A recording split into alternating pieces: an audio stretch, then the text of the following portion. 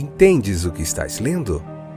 O podcast que te leva através das páginas da Bíblia, livro por livro, capítulo por capítulo. Uma exposição bíblica emocionante. Aperte os cintos e embarque comigo nesta viagem.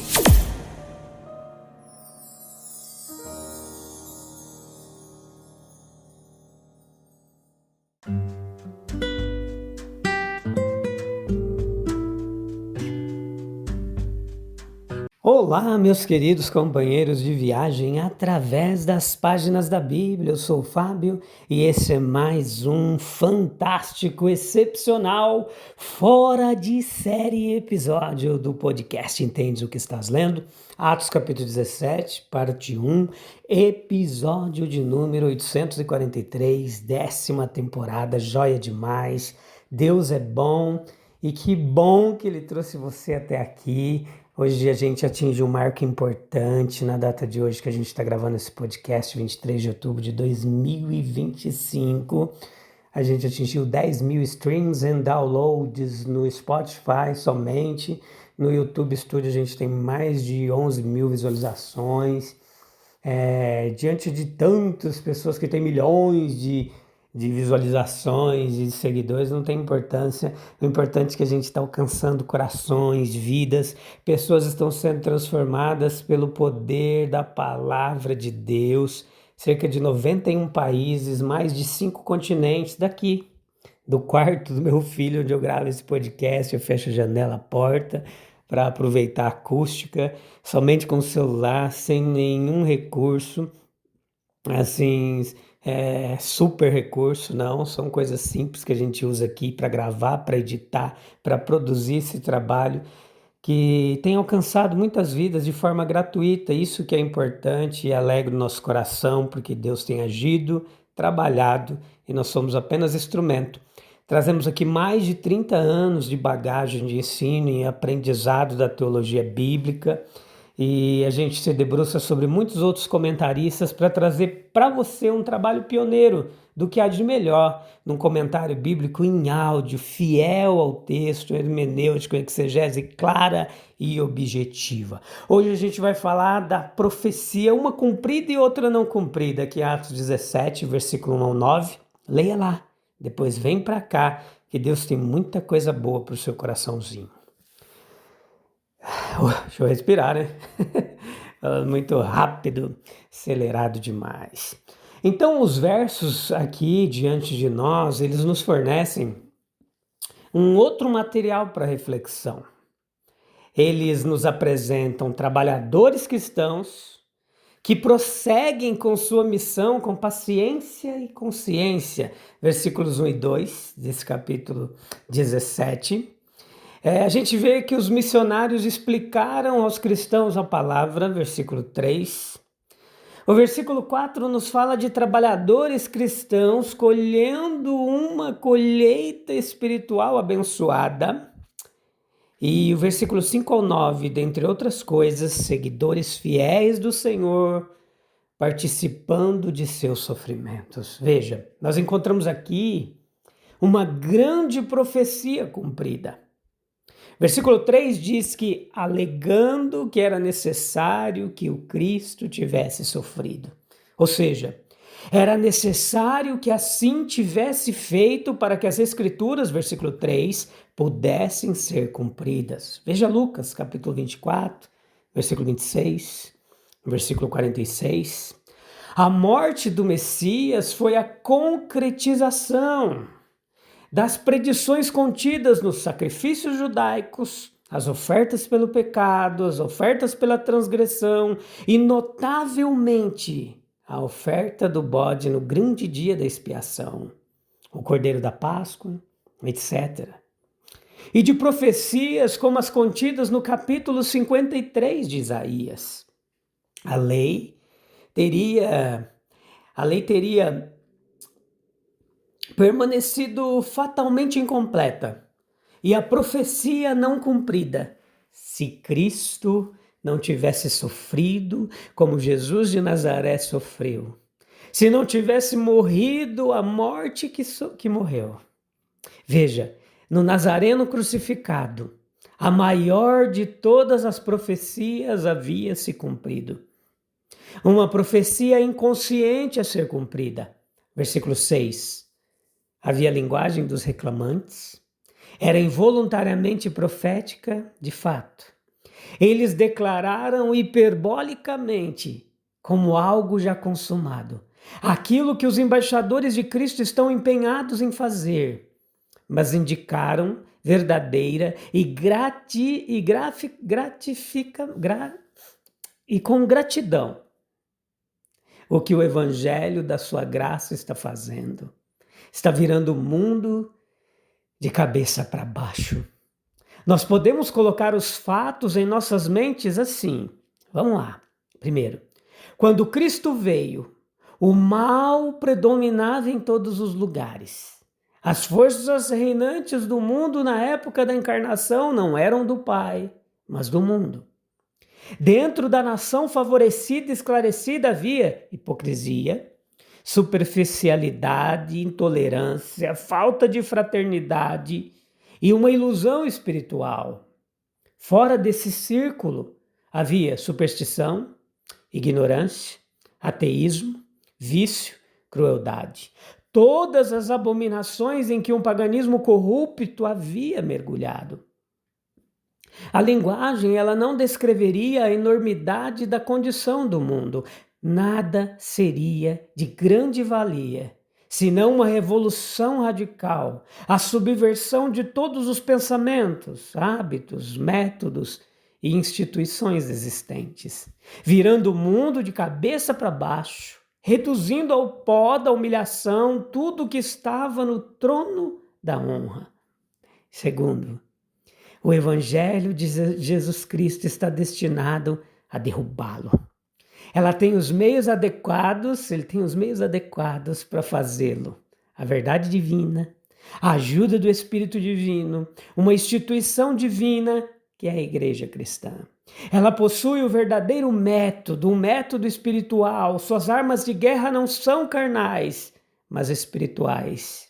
E, portanto, poderosas para destruir fortalezas, segundo Coríntios 10:4. Ela vem se ensinando, persuadindo no poder do Espírito Santo, renovando, agindo sobre a vida através da mente, do coração, da vontade, através de toda a natureza espiritual. Este é o único caminho de conquista, o único método que real e permanentemente subjuga. Ela tem a garantia do sucesso, tanto na promessa de um Senhor divino, quanto na história de seus próprios triunfos. Ela está virando o mundo de cabeça para baixo. Em muitos distritos, os ídolos foram completamente abolidos. Muitas ilhas aguardam a lei, a sua lei. Sistemas veneráveis de idolatria e iniquidade são perfurados de ponta a ponta pelas flechas da verdade e prometem cair prostrados como Dagom diante da arca de Deus. Os vícios das terras civilizadas estão sendo atacados com sucesso. O reino do erro e do mal está destinado a desaparecer. E o reino de Cristo está chegando. Quando Paulo chega a Tessalônica, a sua obra começa ali na sinagoga. Foi ali que novamente o cenário do trabalho, a substância do evangelho, foi o tema do seu discurso. Em conteúdo, isso é sempre o mesmo. É fundamentada nas Escrituras. Meus queridos, a religião em qualquer época é o cumprimento de tudo que aconteceu antes e a profecia de tudo que está por vir. Mas nós precisamos ter alguns cuidados com a escravidão da letra e buscar a verdade do Espírito que se desenvolve livremente. Nova luz e verdade devem romper em cada época das Escrituras. O Messias, a pregação sempre precisa culminar em Cristo. O Messias deve sofrer e ressuscitar. Paulo não tinha outro sermão, senão o crucificado e ressuscitado. O triunfo do elemento espiritual na humanidade em e através do sofrimento. Apesar do sofrimento e sobre ele, é a mensagem eterna do cristianismo para toda a humanidade. E aí a gente vê que os resultados são os mesmos. Alguns creem, outros não. O bom terreno para a semente está lá ou não está. E é vão tentar penetrar além desse mistério. As mulheres, novamente, são especialmente apontadas como favoráveis ao Evangelho. Aqui fica claro também a ação dos inimigos do Evangelho. Há uma tentativa de perversão instintiva, intencional da verdade. E como antes a inveja, seja ela proveniente do interesse próprio ou do orgulho sectário, ataca os apóstolos. Seus inimigos deturpavam os emissários da paz como perturbadores públicos e revolucionários. E há uma inconsistência flagrante. Eles cometem a mesma ofensa da qual acusam os apóstolos. Eles exploram os sentimentos da multidão. É um sinal de fraqueza ou de insinceridade quando os homens precisam arrastar a multidão inconstante para tais questões. A multidão ela pode ser levada momentaneamente a qualquer situação. Se favorecem o evangelho, são desprezados como estúpidos. João 7, 47 e 49. Se podem ser incitados contra ele, seu clamor é usado igualmente como evidência. E aqui ocorre o episódio da hospitalidade. O bom Jasão abriga esses hóspedes perigosos. O hóspede que é amado e estimado, apesar do perigo para o anfitrião, trará uma bênção sobre a cabeça desse último. Lembrem-se da hospitalidade, a verdadeira hospitalidade, que dá sem pedir nada em troca. Hebreus 13, 2. Paulo vai a Tessalônica, Atos 17, do 1 ao 9. E aqui a gente pode lembrar das duas epístolas escritas posteriormente aos Tessalonicenses. Para você entender o contexto dessa comunidade, e em breve a gente vai fazer o comentário desses livros, há o contraste entre as populações tessalonicenses e filipenses, que se deve em parte à presença da sinagoga judaica na comunidade. Em Tessalônica havia uma sinagoga, o que deu a Paulo uma porta inicial de pregação entre os judeus e prosélitos. Já em Filipos não havia sinagoga, apenas um pequeno grupo junto ao rio. Por isso, o evangelho começou entre os gentios, fora das estruturas religiosas. E assim o contraste está na origem do público em Tessalônica, judeus e gregos tementes a Deus. E em Filipos a gente tem gentios que são convertidos diretamente por meio da pregação. Os prosélitos gregos eram numerosos. Os judeus se dividiam em duas classes, os devotos e os fanáticos. O elemento político estava sempre pronto a ser usado contra o evangelho, de modo que a multidão e os governantes estavam perturbados.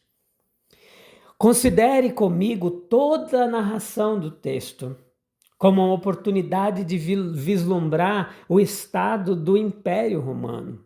O estado do Império Romano naquela época.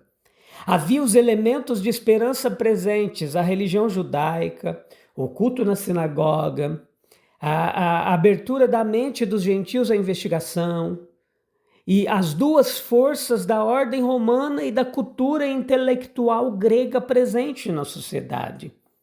Havia também os elementos da corrupção.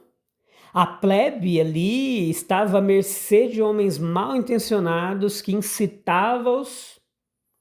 Havia os decretos de César, que eram meros atos despóticos de poder, ignorância, indiferença a todas as questões religiosas. Se tivessem compreendido o cristianismo, jamais teriam suposto que ele fosse contra a ordem civil. Havia uma certeza prevista de que o poder espiritual deveria prevalecer e tal mundo deveria ser derrubado. Então, o Paulo ele vem trazer o cristianismo dentro desse contexto social, político, histórico, religioso, dentro desse contexto. E tudo que ele traz é fundado nas escrituras do Antigo Testamento. E, portanto, ele busca uma base, a princípio, na sinagoga. Ele apresenta a obra redentora de Jesus Cristo como a sua substância. Ele adapta todos, a judeus, gregos, e convoca a influência das mulheres a seu serviço.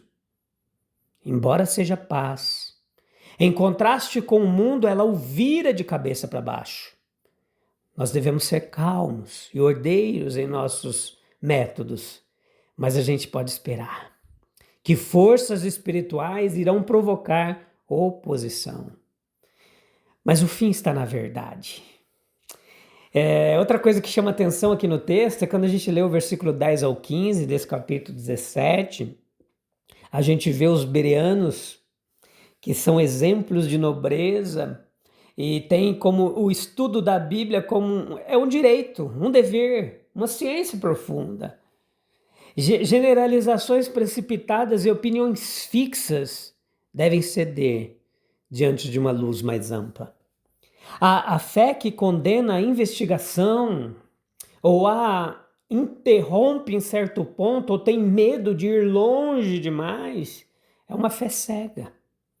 Por outro lado, o livre pensamento que não se deixa levar pelo impulso do Espírito Santo nunca é um pensamento profundo nem sensato. O que todos nós precisamos é de um amor vivo em todos os nossos estudos do texto bíblico, em oposição a um conhecimento sem vida, vazio. O entusiasmo pela verdade, que graças a Deus eu nunca perdi, apesar de tantos anos, é uma forma nobre de fé e cada um que a busca por si mesmo desfrutará de uma medida de suas recompensas. Nós devemos testar os fundamentos da fé e não se apoiar apenas no ipsidixit, acho que é assim que pronuncia, essa expressão grega, essa expressão latina, mesmo que seja de um apóstolo, ela não satisfez os bereanos, nem deveria nos satisfazer. Esse ipsidixit significa ele mesmo disse e aceitar algo só pela autoridade de quem falou. Na filosofia, isso simboliza um dogmatismo sem reflexão. Quando a gente traz para a teologia, a Reforma reagiu a isso com a sola escritura.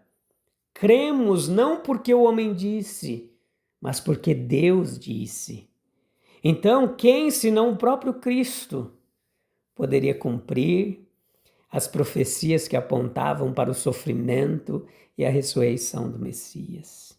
E quem, senão o poder do Evangelho, poderia virar o mundo de cabeça para baixo e ainda transformá-lo com amor e verdade? Oh, louvado seja o nome lindo de Jesus. E aí, vamos orar? Para a gente encerrar esse episódio tão rico desse ministério de Paulo, do começo da sua obra ali, na Bereia, em Filipos, em Tessalônica, quantas lições. A gente ainda vai ficar mais uns 3 episódios nesse capítulo 17, se aprofundando em muita coisa legal, você não pode perder, não sai daí, tá bom? Agora procura um local calmo e tranquilo para a gente falar com Deus. Senhor, que a Tua palavra continue derrubando os falsos tronos deste mundo. Que a Tua palavra possa erguer o Teu reino nos nossos corações. Que a gente não siga o ipsidixit dos homens. Que a gente siga a voz viva do Teu Espírito Santo, que fala através das Escrituras, através de nossas vidas, que somos canais e instrumentos para a manifestação da Tua verdade. Confirma essa verdade em nós, em nome de Jesus. Joia demais. O Deus poderoso está conosco. A gente volta no próximo episódio, te encontro lá, tá bom? Um abraço. Deus continue te abençoando. Até breve. Tchau, tchau.